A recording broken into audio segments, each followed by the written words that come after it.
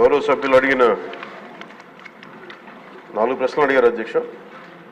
దానిలో ఏ 14 మరియు 15 ఆర్థిక సంఘం నిధుల కింద 2019, 2020 నుండి 2023-24 వరకు కేంద్ర ప్రభుత్వం నుండి విడుదలైన మరియు గ్రామ పంచాయతీలకు విడుదల చేసిన మొత్తాల వివరాలను సంవత్సర వారీగా తెలియజేస్తారని. అధ్యక్ష, సంవత్సరాల వారీగా గ్రామ పంచాయతీలకు 14 మరియు 15 ఆర్థిక సంఘం ద్వారా 2019, 20 నుండి 23-24 వరకు విడుదలైన గ్రాంట్ వివరాలను ఈ విధంగా తెలియజేస్తున్నాం అధ్యక్ష. 14 ఆర్థిక సంఘం 2019-20 ఆర్థిక సంవత్సరంలో కేంద్ర ప్రభుత్వం ద్వారా విడుదలైన మొత్తం 2,336,56 అధ్యక్ష. ఆంధ్రప్రదేశ్ ప్రభుత్వం ద్వారా గ్రామ పంచాయతీలకు విడుదలైన మొత్తం 2,336,56 అధ్యక్ష.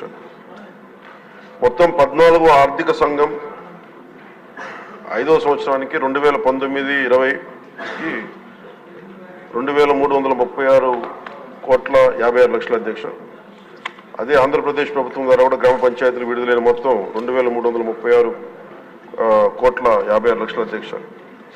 15వ ఆర్థిక సంఘంకి సంబంధించి 2020-21 ఆర్థిక సంవత్సరానికి కేంద్ర ప్రభుత్వం ద్వారా విడుదలైన మొత్తం 1,837,50,00,000 అధ్యక్ష.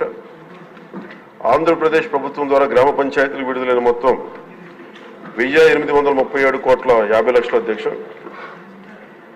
2021-22కి 1,338,52,00,000 అధ్యక్ష.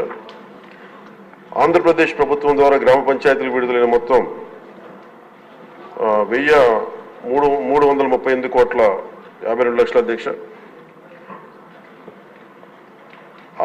22-23 ఆర్థిక సంవత్సరానికి 1,378,65,00,000 అధ్యక్ష కేంద్ర ప్రభుత్వం నుంచి వచ్చింది.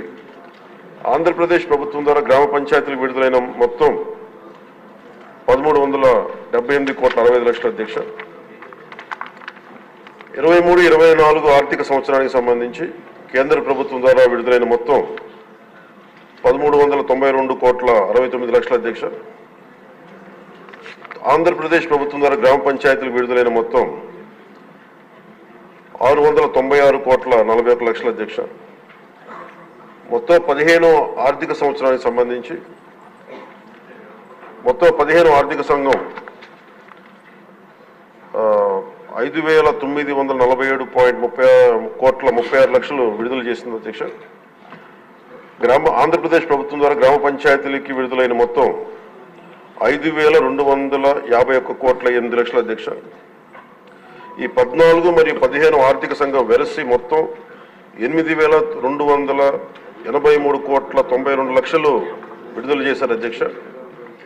ఆంధ్రప్రదేశ్ ప్రభుత్వం మటుకు 7,587,64,00,000 విడుదల చేశారు అధ్యక్ష గ్రామ పంచాయతీలకి.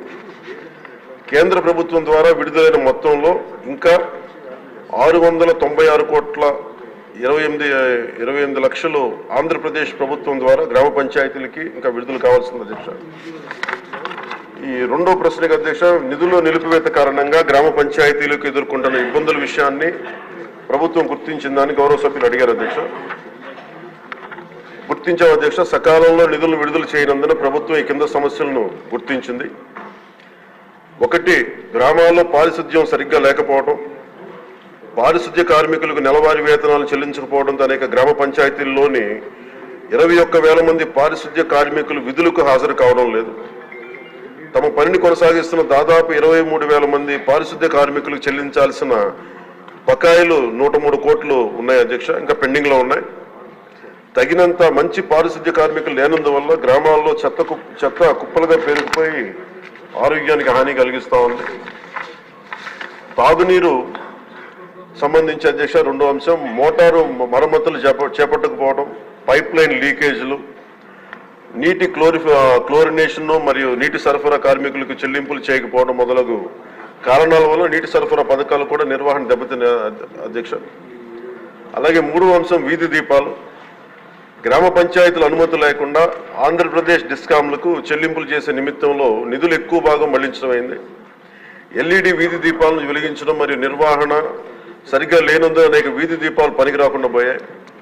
ఇది గ్రామీణ మహిళల రక్షణ మరియు గ్రామస్తుల భద్రత మొదలైన వాటితో సహా గ్రామంలోని అన్ని జీవన అంశాలపై ప్రతికూల ప్రభావాన్ని చూపింది.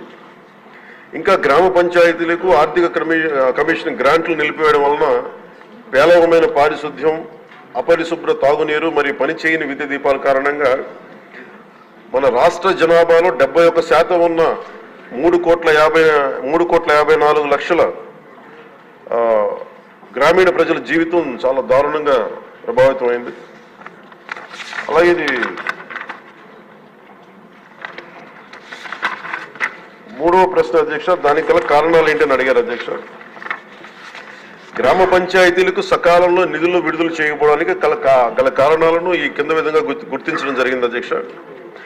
గ్రామ పంచాయతీలకు ఎన్నికలు నిర్వహించడంలో 2 సంవత్సరాల 7 నెలలు జాప్యం జరగడం, 1/8/2018 తేదీన నిర్వహించాల్సిన గ్రామ పంచాయతీ ఎన్నికలు చివరికి నిర్వహించడమైంది. మరి ఎన్నికైన సంస్థ 2021 మార్చి నెలలో బాధ్యతను స్వీకరించింది. కేంద్ర ప్రభుత్వానికి రెండో అంశం అధ్యక్ష, కేంద్ర ప్రభుత్వానికి గ్రాంట్ ట్రాన్స్ఫర్ సర్టిఫికేట్ అంటే వినియోగ ధ్రువపత్రాన్ని ఆలస్యంగా సమర్పించడం.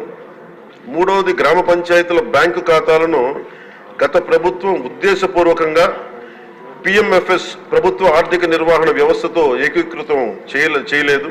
దానికి అదొక కారణం. నాలుగవది, కేంద్ర ప్రభుత్వ పంచాయతీరాజ్ మంత్రిత్వ శాఖ నుండి కేంద్ర బృందం ఆంధ్రప్రదేశ్లోని గ్రామ పంచాయతీలను సందర్శించిన సమయంలో వారు చేసిన ప్రతికూల పరిశీలనలు. ఈ పై కారణాల వల్ల గ్రామ పంచాయతీలకు సకాలంలో ఆర్థిక సంఘం గ్రాంట్లు పొందలేదు అధ్యక్ష. ఫలితంగా గ్రామ పంచాయతీల ఆర్థిక పటిష్టతకు తీవ్ర నష్టం వాటిల్లింది. అలాగే గౌరవ సభ్యులు అడిగిన 4వ ప్రశ్న అధ్యక్ష, గ్రామ పంచాయతీలకు నిధులు విడుదలకు చేయుటకు ప్రభుత్వం తీసుకున్న చర్యలు ఏమిటని.